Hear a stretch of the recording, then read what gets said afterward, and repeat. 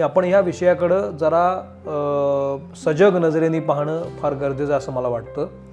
आत्ता तू मला ट्रान्सजेंडर वाटतच नाही आहेस, तू आता कम्प्लिटली स्त्री झालेली आहेस. असा पण एक वर्ग आहे जो म्हणतो की असं काय गरज आहे, तुम्ही निसर्गाच्या विरोधात कशाला जाताय. असं काय घडलं की भूषणला वाटलं आपण भक्ती व्हायला पाहिजे. So basically there are terms which is called gender and sex.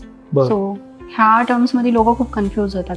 माझ्या आत फिमेलच आहे आणि आता मला तिला न्याय द्यायचा आहे. तो झोन काय होता आणि मला आयडेंटिफाय करायला आवडतं की मी ट्रान्स ह्युमन आहे. ट्रान्स त्यात ह्युमन काय फरक आहे. तू जेव्हा सायकॅट्रिस्ट कडे गेली होतीस त्याने तुझी जेव्हा टेस्ट घेतली, अनएक्सपेक्टेड क्वेश्चन्स काय आले होते तुला. तो जो डिसिजन होता ना की आता आपण ऑपरेट करूया, राईट, तो ट्रान्सफॉर्मेशनचा तो काय होता, तो कसा झाला. मी मर्द म्हणून म्हणजे मर्दांगी काय असते हे त्यांना त्याची खरी लँग्वेज नाही माहिती.